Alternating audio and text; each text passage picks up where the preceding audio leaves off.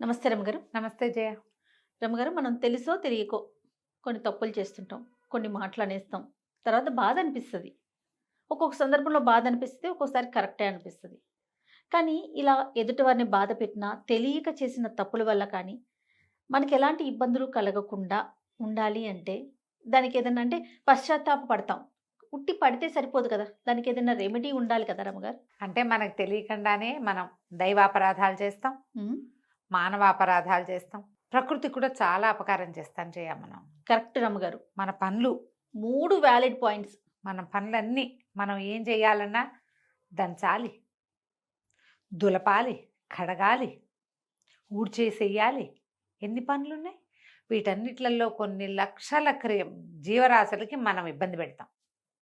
బియ్యం ఏరుతాం, అందులో ఉన్న పురుగుని ఏం చేస్తాం? అమ్మ ఇంకో చెట్టు మీద పెట్టి నువ్వు అక్కడ బతుకుపో అని చెప్తామా? పడేయం. అలా చేయము మనం. నీళ్ళలో పడేసి దాన్ని డ్రైన్లోకి తోసేస్తాం. అవును. శాశ్వతంగా పంపించేస్తాం. అంతే. అట్లా ఎన్ని చేస్తాం? ఒక కాక్రోచ్ ఎదురుపడింది, చీచి అని దాన్ని తోలేము, తొక్కి దాన్ని ఆరదీస్తాం మనం. అంతే. బల్లుల్ని, కాక్రోచుల్ని హ్మ్. కదా. ఒక్కోసారి ఏదో రోడ్డు మీద వెళ్తామా, మన హైవేస్ మీద కుక్కలు చచ్చిపోయి కనపడతాయి, ముక్కా చెక్క అయిపోయి. కృష్ణ కృష్ణ కృష్ణ అనుకుంటాను నేను ఏదైనా చూడంగానే. ఎంతసేపటికి పోదది లోపల నుంచి. పాపం పిచ్చిమోహన్ అది ఏం చేసింది? ఎవరినైనా ఒకటి తొక్కడం కాదు, ఎంతమంది తొక్కుతారో దాని శరీరాన్ని. అసలు ఇట్లా ఎన్ని జరిగిపోతూ ఉంటాయో మన దైనందిన జీవితంలో. మనం ఏదో మాట్లాడితే ఎవరికో తగులుతూ ఉంటుంది ఆ దెబ్బ, ఆ నొప్పి.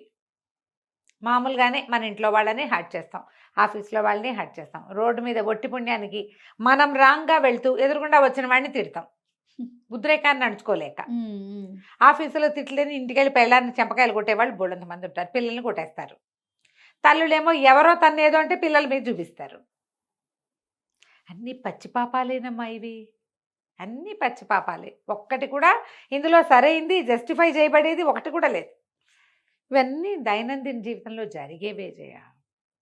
ఇప్పుడు ఎంతసేపు మనం వచ్చేసాం ఇచ్చేసాం, మన వల్ల ఇలా అయిపోయింది అలా అయిపోయింది అని నువ్వు దాని చింతలో ఉన్నావనుకో, సుఖం లేదు నీ జీవితానికి. ఇంకా సుఖం లేదు, సంతోషం లేదు, సాటిస్ఫాక్షన్ లేదు, డిప్రెషన్స్ వస్తాయి. అవునండి. జబ్బు చేస్తుంది. నీతో పాటు నీ ఇంట్లో ఉన్న వాళ్ళందరూ కుంగి కునారెళ్ళిపోతారు. ఇలా ఎవరైనా ఉండి మనేదగా ఉన్నారనుకో, పక్క వాళ్ళు కూడా వాళ్ళని కలుపుకోరు చేయ. యాక్టివ్గా లేకుండా అదో రకంగా ఆలోచిస్తూ నేను ఏమైనా బాధ పెట్టానా అని సారీలు చెప్తూ ఉండే వాళ్ళని చూస్తే పిచ్చివాళ్ళు అనుకుంటారు. అవును కదా. అవును అవును. ర్యాండమ్గా ఏం చేయొచ్చు చూద్దాం.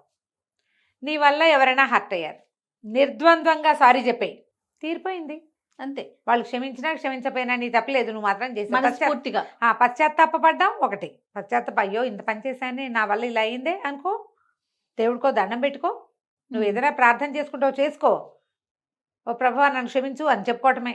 దేవుడి దగ్గర దండం పెట్టుకుని, స్వామి నా వల్ల ఈ అపరాధం జరిగింది, వాళ్ళు ఇంకోసారి నా వల్ల ఈ తప్పులు జరగకుండా చూడు, వాళ్ళకి నా వల్ల కలిగిన బాధ తీర్చు, నేను నా ఒక్కదాని మీదే కాదు నా వల్ల బాధపడిన వాళ్ళు కూడా వాళ్ళ సాంత్వన చెందాలి ఏదో రకంగా అని దండం పెట్టుకో. కుదిరింది, వాళ్ళు ఎదురుపడ్డారు, సారీ చెప్పి. ఇవి మానవాపరాధాలు వింతే. ఇందులో మనం కావాలని చేసేవి కొన్ని ఉంటాయి. మనమే అత్తగారిని తిట్టి, ఆడపడుచుని తిట్టి, వీళ్ళు చేశారేమోనని వాళ్ళని తిట్టి, ఏదైనా వస్తువు పోతే పని మనిషి తీసేసిందేమోనని దాన్ని తిట్టేసి, మన పిల్లలే తీసుంటారు అవి, మనం వాళ్ళని తిడతాం. ఇవన్నీ చేసేస్తామా? వీటిల్లో సారీలు ఎక్స్క్యూజ్లు ఉండవు. కనీసం కుటుంబాన్ని చెడగొట్టుకోకుండా ఉండండి. ఇంకా చేస్తాం, రోడ్డు మీద ఎవరినో కొట్టేసి కామ్గా వెళ్ళిపోతాం, అది కూడా చేస్తాం కదా. అవునండి, చాలా మంది చేస్తారు అట్లా. వీటికి సారీలు గీరీలు ఏముంటాయి జయ? అవతల వాళ్ళు చచ్చారో బతికారో నువ్వు చూడవు కదా, ఎవరు చూడరు, ఎవరి వల్ల ఏమీ అవ్వదు. దీనికి మనం వచ్చే జన్మలో సమాధానం చెప్పుకోవలసే వస్తుంది కర్మ సిద్ధాంతం ప్రకారం. కాకపోతే మన పుణ్య బలాన్ని గనక మనం పెంచుకోగలిగితే అంత ఎక్కువ కర్మ దుర్విపాకంగా ఇది పరిణమించకపోవచ్చు అని అనిపిస్తుంది. దీనికి ఏం చేయాలి? ఎవరైనా అవసరమైన వాళ్ళకి భోజనం పెట్టాం. మేము భోజనాలు పెడతామండి, మేము భోజనాలు పెడతామని చాలామంది చెప్తారు జయ. వీళ్ళు భోజనం పెట్టడం ఏంటో తెలుసా? వాళ్ళ ఇంట్లో భజన పెట్టుకుని భోజనం పెట్టుకుంటారు. దీన్ని మీరు నారాయణ సేవగా భావించకూడదు. ఉమ్, మన ఇంట్లో భోజనం పెడితే మనం భజన చేసాం, భోజనం పెట్టాం. నీడీకి పీపుల్కి పెట్టాలమ్మా భోజనం. ఓకే. ఆకొన్న వాడికి పట్టెడన్నం పెడితే వచ్చే ఫలితము మీ ఇంట్లో నువ్వు 10 విందులు చేసినా సరే నీకు రాదు. ఓ. ఆకలిగా ఉన్న వాడికి, అవసరంలో ఉన్న వాడికి పెట్టండి. ఓకే. మన ఇంట్లోనే వారం వారం భజన చేసి ప్రసాదం పెట్టడం, నెల నెల పూజ చేసుకుని ఏదో పెట్టడం, భోజనాలు పెట్టడం, ఇది మంచిదే, ఇది చెడంటల్లా నేను. కానీ కానీ ఆ పాపాన్ని ఇది పోగొడుతుందని భావించద్దు. మన వాళ్ళకే మనలాగా కడుపు నిండిన బేరానికి మళ్ళీ అన్నం కడుపు నింపుతాం మనం. నీడీ పీపుల్కి అన్నం పెట్టండి. ఓకే. మనకి దీని పేరేంటి, మన కార్తీక పురాణం, మాఘ పురాణం, వైశాఖ పురాణం వాట్లలో అట్లా చెప్తారు జయ. ఆకలిగా ఉన్నవాడికి, అతిథికి అభ్యాగతికి, ఎవరో మన ఇంటికి వచ్చారు, భోజనం చేసి వెళ్ళండి. వాకిట్లోకి ఎవరో వచ్చారు, ఓ గుప్పెడు బియ్యం పెట్టి పంపించు, రూపాయి ఇవ్వు, ఓ బట్ట ఇవ్వు. చలికాలం దుప్పట్లు పంచిపెట్టండి. మీ ఇంట్లో ఉన్న పాతవైనా సరే, చిరుగు బయట పారేసేవి శల్యావస్థకు వచ్చినవి కాకుండా కొన్ని వస్తాయి కదా శిథిలావస్థకి, ముట్టుకుంటే చిరిపేలాగా, అలాంటివి ఇవ్వకండి, అది పాపం. శుభ్రమైంది వాడుకోగలిగిన దుప్పట్లు లాంటివి ఇవ్వటం. ఎండాకాలం ఎవరికైనా చెప్పులు కొనిపెట్టడం, ఓ గొడుగు కొనిపెట్టడం, ఉమ్, స్వెట్టర్లు లాంటివి దానం చేయటం, చలికాలంలో వస్త్రదానం చేయటం. వానాకాలం ఎవరైనా వాకిట్లో, మన వాకిట్లో నుంచి చాలామంది ఏంటంటే ఇక్కడ నుంచి వెళ్ళండి అని పంపించేస్తారు, అలాంటివి చెయ్యొద్దు. దీంతో పాటు మొక్కలు పెట్టడం జయ. ఓకే. మొక్కలు పెట్టడము, చిన్నపిల్లలకి చదువులకి ఏదైనా అవకాశం ఉంటే, అవసరం ఉంటే వాళ్ళకి సహాయం చేయటం, అనాథ వివాహాలు చేయించటం, ఎవరో పేదవాళ్ళు లేదా వీళ్ళు అబాండన్ కిడ్స్ ఉంటారు కదా, అనాశరణాలు ఉంటారు, పెళ్ళిళ్ళకి ఖర్చులకి డబ్బులు ఇవ్వటం, చదువుకి డబ్బు ఇవ్వటం. వీటి వల్ల మనం తెలియక చేసిన చాలా పాపాల నుంచి కర్మ కొంచెం తగ్గుతుంది, పోగొట్టుకోము మనం, ఓకే. డిఫరెన్స్ వస్తుంది. ఇవన్నీ మంచి పనులే చూడు. వీటి వల్ల ఏమవుతుంది, మీకు ఒక మనశ్శాంతి వస్తుంది, ఒక సొలేస్ ఎక్కడో చోట లభిస్తుంది. మనం వీళ్ళకి సాయం చేసాం, ఎవరితో పెళ్లి చేసాం, తర్వాత 10 ఏళ్ళకో 8 ఏళ్ళకో ఆ పిల్ల కనపడింది, పిల్ల పాపలతో కనపడితే ఎంత బాగుంటుంది మనసుకి. ఓ పిల్లని చదివించాం, అది రేపు ఏ ఇంజనీరింగో ఏ అమెరికావో వెళ్తుంది, ఎంత సంతోషంగా ఉంటుంది మనకి. వాళ్ళు మన పేరు చెప్పుకుంటారు, కొంతమంది మన పేరు కూడా చెప్పుకోరు, ఎవరో సహాయం చేశారంటే అది మనమే అయితే మనకి మంచిది. అవన్నీ ప్లస్లు అవుతాయి, పాజిటివ్ ప్లస్లు.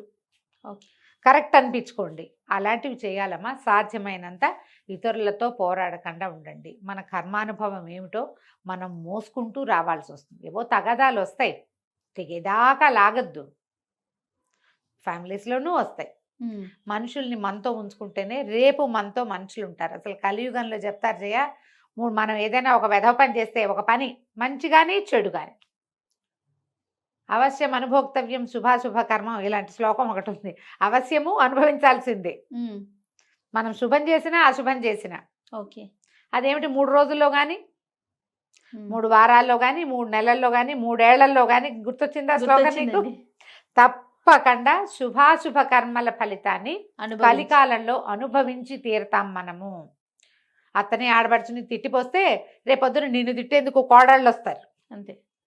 నీ ఫ్యామిలీని అత్త వాళ్ళతో పాటు భర్తని, వాళ్ళ అమ్మా నాన్నని కలవనివ్వకపోతే రేపొద్దున నీకు కూడా అదే జరుగుతుంది. ఇవన్నీ వస్తాయి కదా. మనం వాడిని ఎవరినో జడగొట్టి పైకి వచ్చాం, నిన్ను జడగొట్టేవాడు నీ ఇంట్లోనే పుడతాడు. బయట నుంచి కాదు, మన ఇంట్లోనే వస్తాయి అవి ముసలాలు. ముసలం మన ఇంట్లోనే పుడుతుంది. ఇవి చేయకుండా ఉంటే కొంత మనం చేసిన పొరపాట్ల నుంచి బయటపడగలుగుతాం. ప్రతి వాళ్ళు మనని మనం తరచి చూసుకుని, ఇది మనం పొరపాటు చేసామా, దీన్ని సరి చేసుకోవాలా అని ఆలోచించి ఏదో ఒక సరైన పని చేయండి. పైగా జయ, నేను ఒక మాట చెప్తాను ఇక్కడ, ఏదైనా సరే మనం చేసింది తప్పు అనేది ప్రతివాడికి లోపల తెలుస్తుంది జయ. అవును రమ్ గారు, ఇది కరెక్ట్ కాదని తెలుసు, కానీ ఉద్రేకాన్ని తట్టుకోలేక దాన్ని అణిచేస్తాం రమ్ గారు. ఇన్నర్ వాయిస్ అణిచేసి ఈ బయట ఉన్న వాటి గురించి ఆలోచిస్తాం. అవును, మీ ఇన్నర్ వాయిస్ని వినండి, అది మంచిదైతే సుమి, అదే కదా మంచిదైతే దాన్ని వినండి, దాన్ని ఫాలో అవ్వండి. తప్పకుండా రమ్మ గారు, చాలా మంచి విషయం చెప్పారండి. నమస్తే. నమస్తే జయ.